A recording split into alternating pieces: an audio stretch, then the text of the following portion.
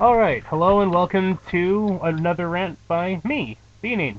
Okay, this time it's going to be a bit more lighthearted. I feel like the Naruto rant's becoming a little bit too negative, and a lot of people are going to probably get offended. I don't really care that much. I'm probably going to make another one anyway.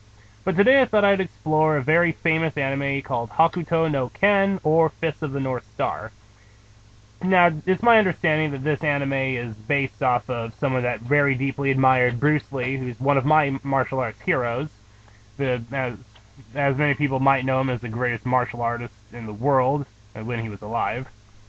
Now, the only thing I really have against this show is that it makes Kenshiro close to being a god. The problem that I'm having with this anime is that it kind of had the illusion of being a martial arts anime at the start, but at some point it became kind of a precursor for Dragon Ball Z. As you can see from this picture, this is some poor fool that tried and dared to fight Kenshiro, and yeah, that was done with one hit. I couldn't find a very good anime representation, but I think this toy kind of represents my point, is that if you hit a pressure point, they're not going to die that gruesomely, where their spleen comes out and their torso is ripped asunder. At one point, Kenshiro beats up some fat guy and actually blew him out of existence. I don't have any problem with powered-up people. It's just the origin behind his power was a little inconsistent. Now, please don't flame me as if I hate this show. I watched this show. It's a little bit long for me because it kind of seemed like it was instant death to everyone that wasn't important to the story. Seemed like there was quite a bit of filler, but still, it's an old anime, and I respect it for being a precursor to set the stage for many modern age anime, such as Dragon Ball Z. Trust me, watch this anime a bit, and you'll see how it relates to DBZ. The thing about it, though, is he's some weird dude that goes around after this post-apocalyptic nuclear fallout world, accompanied by, as you can see there, the little girl on the far left is Lynn, some small child that's madly in love with Ken, who's like 20. Bart, some kid who used to be a thief that kind of grows and travels with Ken to try and just make a place for this world. And the guy, Shu, on the far left is some crazy dude with... What? Ray? I'm sorry, some of these people look too similar to me. My brother Shintaro knows this a lot better than I do. Ray, I believe, can rip people apart with wind blades that come out of his fingers. After he came up, I kind of wanted to gravitate away from this show. Essentially, Ken's thing is the Fist of the North Star, which allows him to hit pressure points and blow people up. This kind of starts with this guy, Shin. Apparently they were like brothers, really good friends. Ken's other brother, Joggy, some failed Fist of the North Star guy, told him that Ken's fiancée, Yuria or Julia or whatever, was actually in love with him. So Shin immediately just takes his word for it and then stabs the Big Dipper constellation into Ken with his fingers. Ken survives and then goes out trying to help change the world and get his love back. Now, their powers are like explained a little bit, but then they're like dramatized beyond reason. Like, apparently Ken can also split a skyscraper in half, and in one of the first few episodes, a skyscraper falls on this guy's head and he just kind of kept walking, but somehow Shin's fingers just crippled him in pain. And, let's see. Shin's ability was basically he could penetrate anything with his fingers, even though this guy... Hey, Shu. Shu? Oh, that's Shu again? Yeah, he's the guy who uses his legs the same way Ray uses his fingers. Right, so this guy has similar powers to that Ray guy. Essentially, he helped, like, train Kenshiro, and he and Ray can apparently cut through steel with their fingers just from, like, moving it in random motions and making wind blades. Ken can blow up pretty much anything from touching it. Later on, you fight his brother Rao, the Conqueror, who reminded me of the evil Move from Monster Rancher with his crazy helmet. Apparently that guy can split the earth in half by stomping it or something.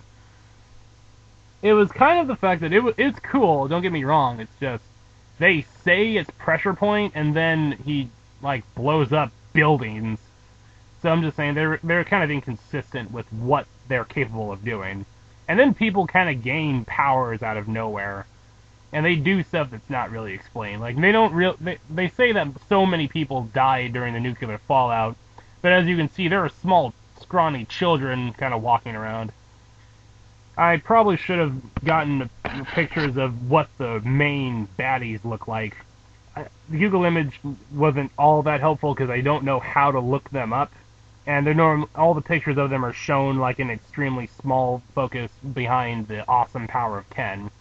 But basically, everyone Kenshiro fights is like twice his frickin' size, because, of course, after a nuclear fallout, everybody just starts vigorously working out all the time that they're not on screen, and they love nothing more than tormenting children. Kenshiro is also, I should point out, never shown to eat or drink water, and he, for some reason, destroys his shirt every time he flexes, and it's gone. I mean, trust me, the first episode, just watch it. He will annihilate his shirt. Yeah, here we go, a picture of him, only person who's trying to be naked. You can kind of see the scars, and here's mostly the people he fights. Everyone's pretty cheap when you get to them. It's kind of like 100 episodes of him just killing random gang members, then fights one important person. That fight will last anywhere from 2 minutes to 3 hours. And, yeah, basically they all do stuff that's like impossible. But I eventually got it to some guy called Kaio, who had like demon powers and basically made Ken bend over in pain just from putting a dark aura spell on him, then essentially crucified him with his mind.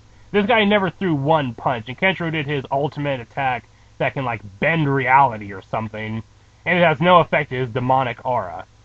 But in the episodes prior to that, he kills the incarnation of the devil, so I don't understand why he kills Satan, but can't hurt this guy. This guy is Joggy. Apparently, I guess he stabbed himself to make himself look like Ken.